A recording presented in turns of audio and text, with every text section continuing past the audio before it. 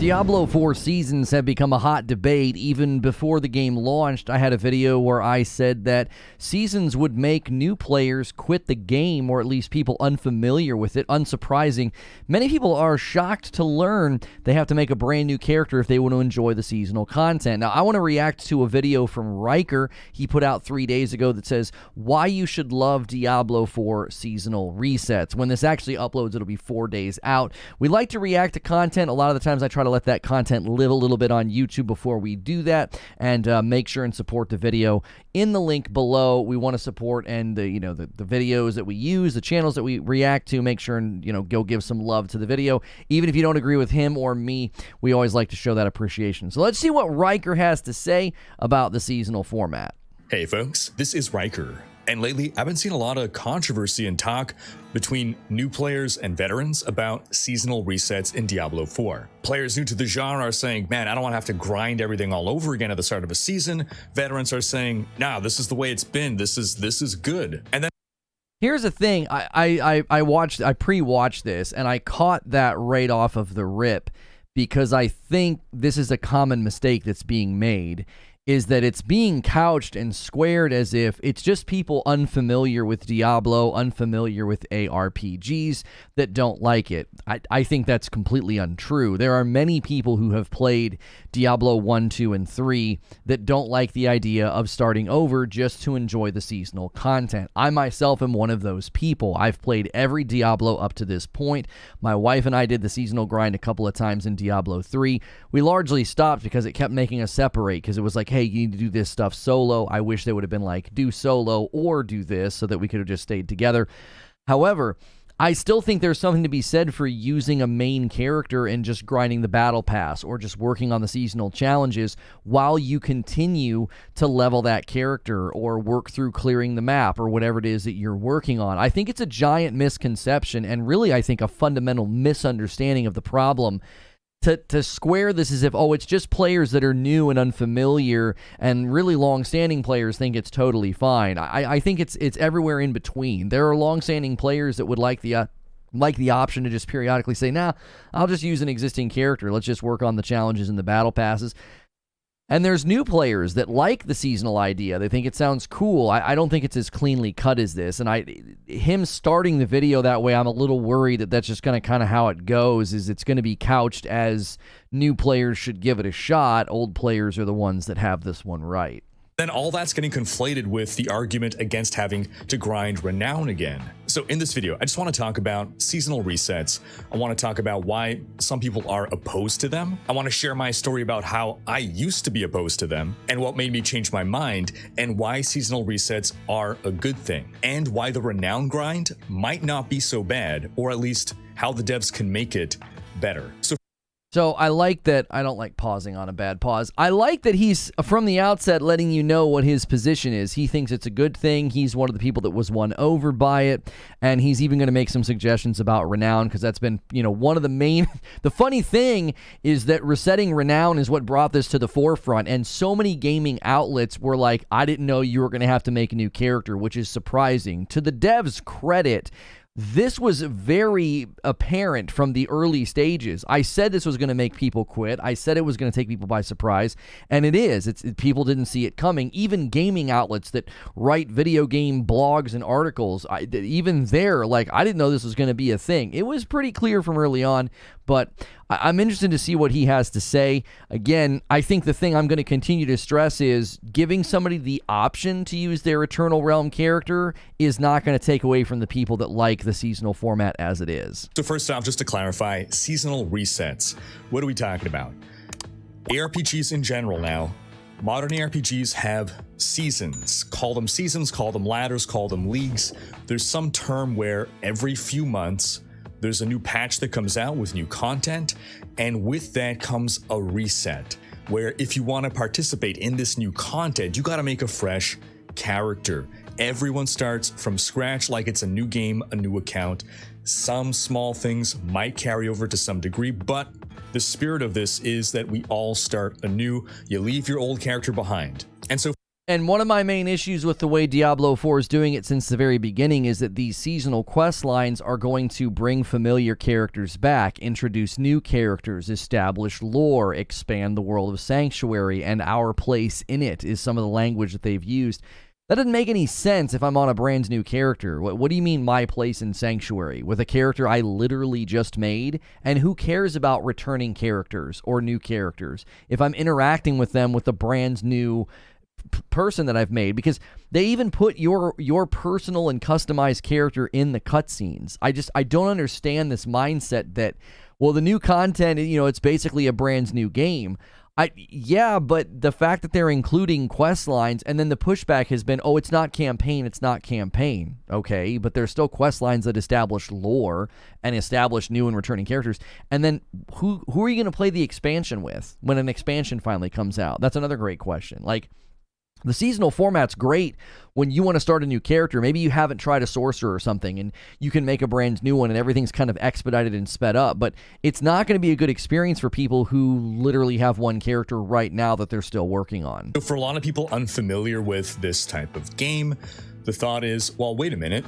I just spent like 50 hours on this character. You're telling me I can't carry that progress over into the new season? I got to choose between experiencing new content or not losing out on all my time and effort? I mean, what's the point in even investing into a character if I'm going to abandon it in 3 months because I got to make a new one, right? And these to his credit, I think Riker is summarizing how people feel very well. It was something that I said. The leveling is incredibly long. It's going to take an extremely long time if you set your sights on level 100, and to all of a sudden find out that character has to kind of get put down and put to the side if you want to enjoy the battle pass, if you want to enjoy the seasonal challenges, if you want to enjoy any of the new rewards, you got to put that person to the side. So to his credit, I think he's representing how people feel about it quite well, which is why I'm surprised that you wouldn't be in support of giving people the option. These are all very valid concerns and very valid points. Some people play hardcore, where if your character dies, you got to start over.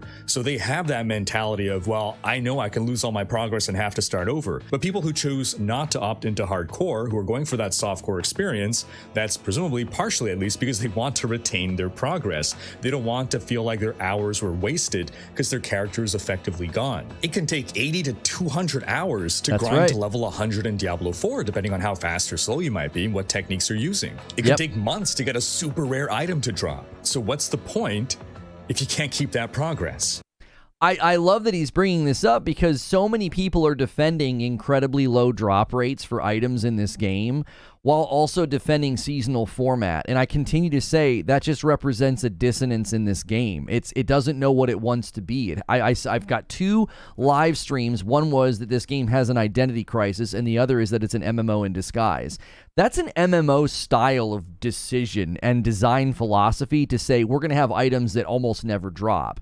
Okay, that's great in an MMO where I'm playing with one character for months at a time. It's not great in a game where I'm constantly switching to a new character every 3 months. Like, I don't think people are seeing the forest for the trees here. There's so many things in the game that from a philosophical position, they are juxtaposed. It doesn't make any sense to have incredibly low drop rate rare items in a game where you're not sticking it out with one character. Those are MMO tendencies, and you're putting them into a seasonal ARPG.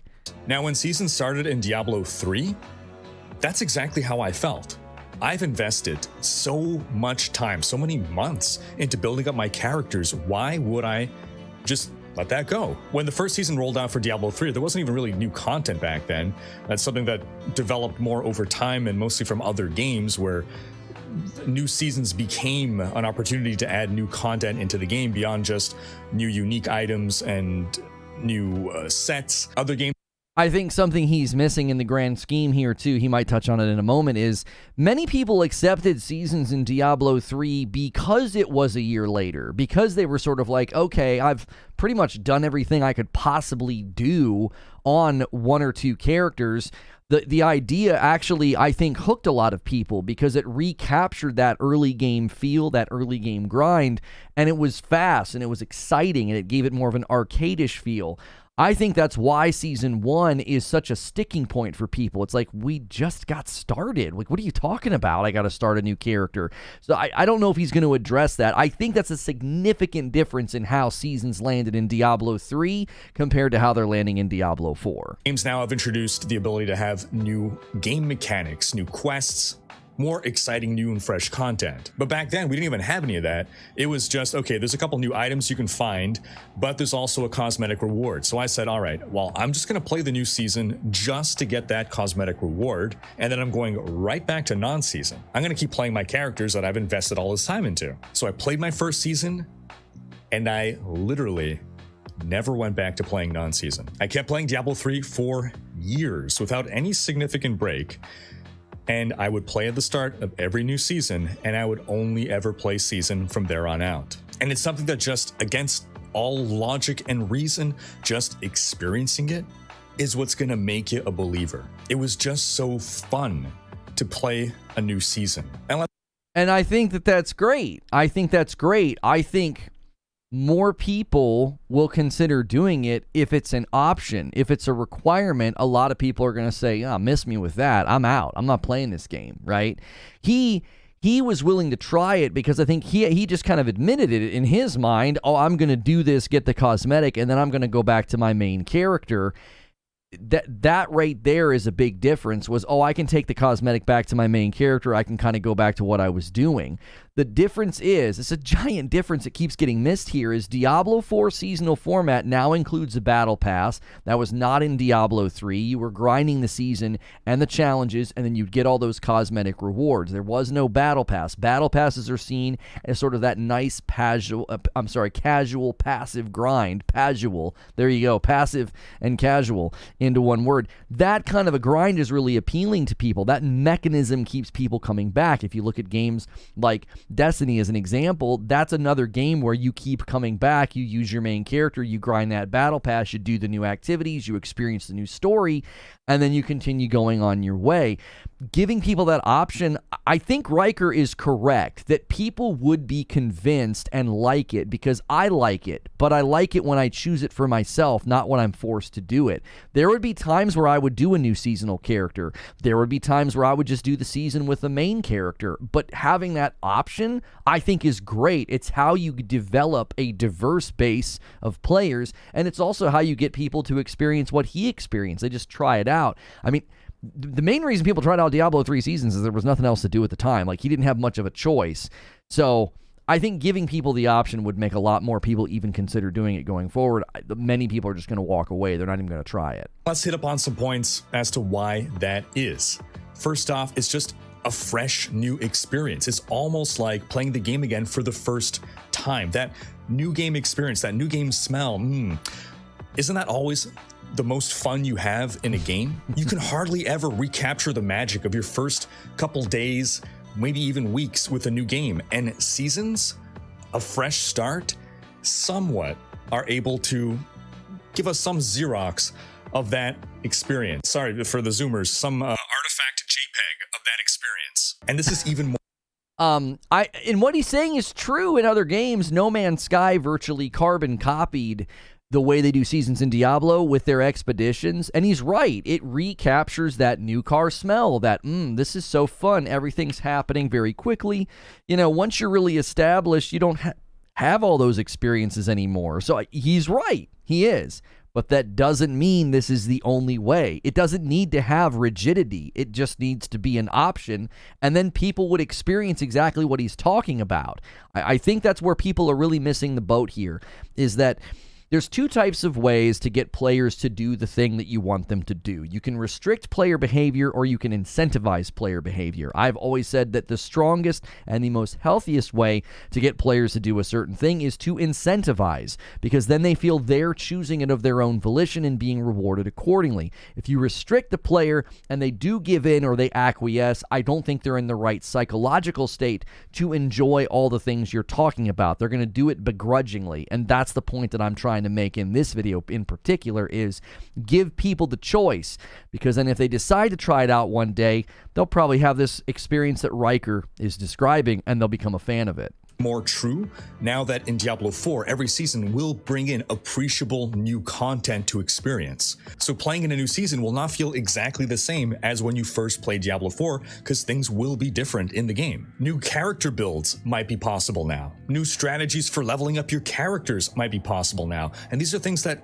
if you just take your existing level 90 character and respec, you don't get to experience it or appreciate it in the same way. Diablo's a game about the journey, not the destination. It doesn't start at level 100, and that journey is going to be changed by the new season. Another good reason. Well, and see, I don't agree with what he's saying, that the journey doesn't start at level 100. For a lot of people, it does. Like, you don't get to dictate how people experience the game. If they want to get to level 100 and grind for best in slot, if they want to really iron out their character to have the best possible build, again, go back to the really rare drops. Those don't make any sense in this context. They don't. They make sense in a context where you're sticking with one character and you continue to grind and hope for that low drop rate item, that best in slot item that really rounds out your build. None of that's going to happen if you're constantly on the treadmill of a new seasonal character. I mean, let's say a really rare item does drop. How exciting is that if it doesn't drop at the right level? If it doesn't drop at the right time? If it doesn't drop for the right class? Like, because you decided to experiment and do a new build. So many aspects of this game, to me, continue to contradict each other. Reason for a fresh season is just fair competition. How could new players ever jump into the game and be on par with the veterans if the veterans keep their characters that they've had for years and years? It's just impossible to catch up. And again, I have continued to say you should choose between the seasonal grind, where there's ladders, there's races, there's competitions, which that's not even going to be live in the first season. So, I mean, that isn't seemingly even a big priority for Blizzard, because it's not ready. But I should be able to pick an Eternal Realm grind and just say, hey, I just really want to work on the battle pass and the seasonal challenges. I don't care about your ladder races. I don't care about any of that stuff. I don't, right? And if you're worried about PvP, look at the PvP numbers. I don't think that's a concern either. A fresh season, everyone zeroes out, fair competition. If you started playing the game 3 months after your friends, how could you ever catch up to them? At least, bam, you zero out every 3 months. You're all on an equal footing. You're all on an equal footing anyway because of the way resistance scaling works. I think this is another comeback that I'm hearing that doesn't line up with how the game's designed. It's not even about competition. It's about having fun with each other. You don't want to feel like the little brother being handheld through a dungeon. You wouldn't be, by the way, when you're lower.